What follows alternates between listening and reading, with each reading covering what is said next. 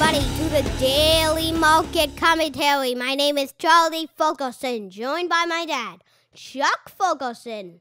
And today is my brother's 4th birthday. 4 years old. My little Johnny's 4 years old today. Welcome, everyone, to the Daily Market Commentary. So glad you could join us on a beautiful Friday morning. Hope everybody had a great trading day yesterday, although I got to tell you, there wasn't a whole lot to do. Just a lot of ups and downs without a whole lot of much happening. So for those of you new to the channel, make sure that you click the subscribe button down below as you can get the updates as they happen. So let's go ahead and dive right in looking at the S&P. So starting with the ES, we yesterday had talked about a potential breakout below this region here, and I said really anywhere between 27.13 if you wanted to, you could get short, and then that quickly came back up and rallied, back higher. Now, by the way, it doesn't mean if you got short that you should be stopped out, because if you follow the rules, your stop out isn't until above a pivot,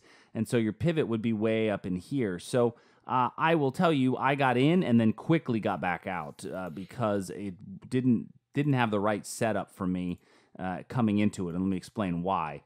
When we came down into it, we hit this level right in here on as far as the breakdown.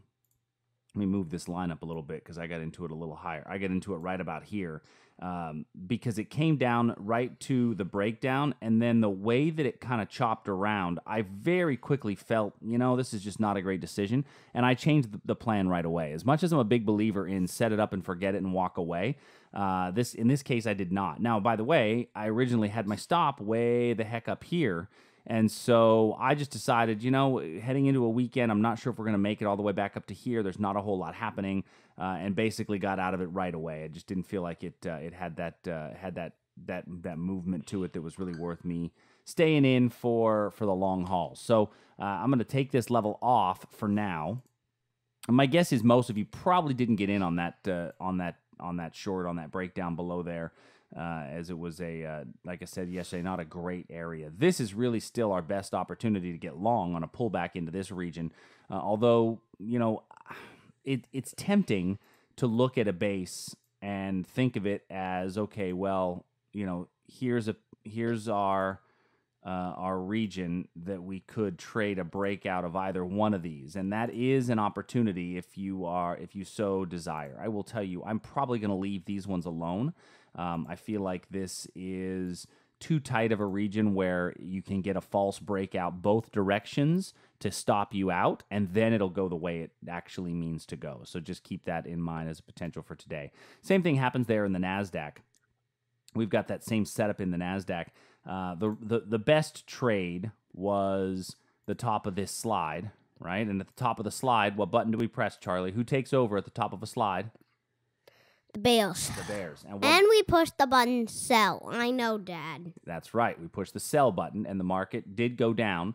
But I do feel like this level may be used up, because if we come up to it too many times, think about something above us, Charlie. If we hit our head, if we hit it and we hit it and we hit it, eventually, if we hit something, eventually, what might it do? It might break, right? Yep. And if it breaks, which way would it? If it breaks up through the ceiling, which way would it go?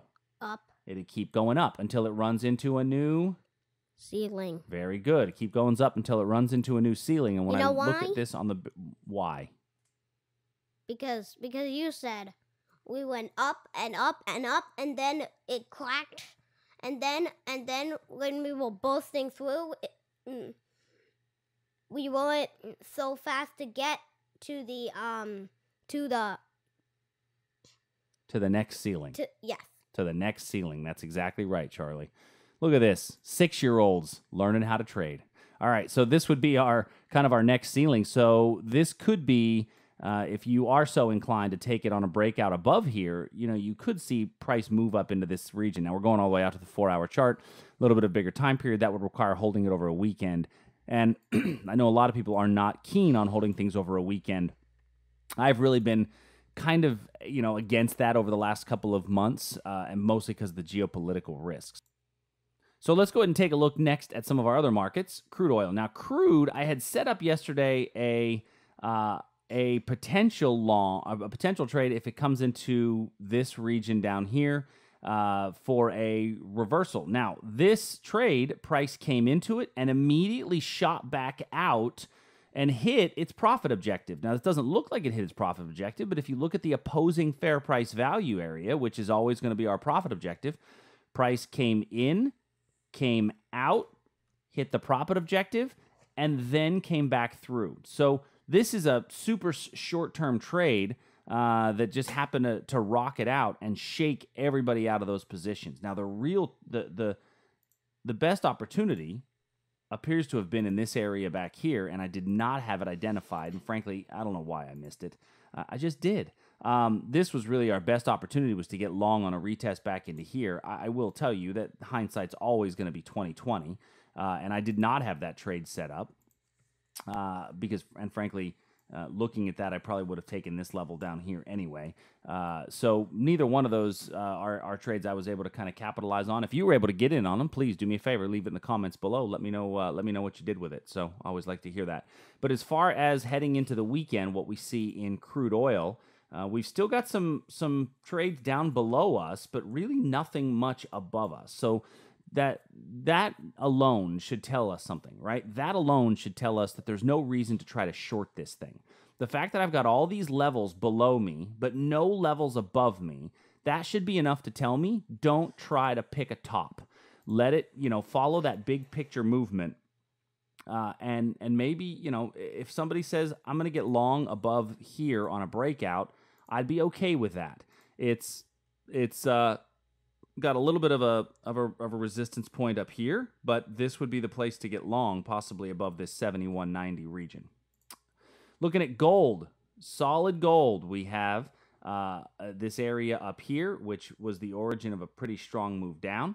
And now we've got a level right in this region here. So I'm going to leave gold as it is. There's really nothing in my mind to add to gold. Let's go take a look at our bonds and currency markets, although there's not a lot to talk about here. In our bond market, we've come back really close to the top of the mountain, and at the top of the at the top of the slide, at the top of our slide, we know which button we're going to press, right, Charlie? Sell and the animal, which my mom calls me, bail. Yes, the animal, which your mom does call you. It's because you eat like an animal. You put crumbs on the table. No, I eat fine, and that's how you eat. All right, but price is not coming into here in a way that I typically like to see it. I want to see price come in here a little bit stronger, and the fact that we're chopping around in front of it scares me a little bit. So what I'm going to do is I'm going to change this to a dashed line trade. A dashed line trade means we let price come into the level, and then we would get short as it comes out. That way, if it does blow through, you're not going to execute that trade. A great way to set that up is a contingent order. If price gets to, call it 118 to 210, then set a stop limit to get you in if it gets to 118.190, right? So you're triggering the order up here, executing the order as it comes back out. And then looking at our currency markets, I really have nothing to add. The Aussie, the Euro, the Canadian dollar, no changes from the prior day. Great British Pound. We did have, let me maximize this one. Great British Pound, we did have a trade into our region in the Great British Pound. So some of you maybe have caught that little 15-minute short. So hopefully that one's working out for you. But nothing really to add on that one. On the nat gas trade, we did pop below this area, and then it came above our immediate pivot. So this one was definitely a stop out.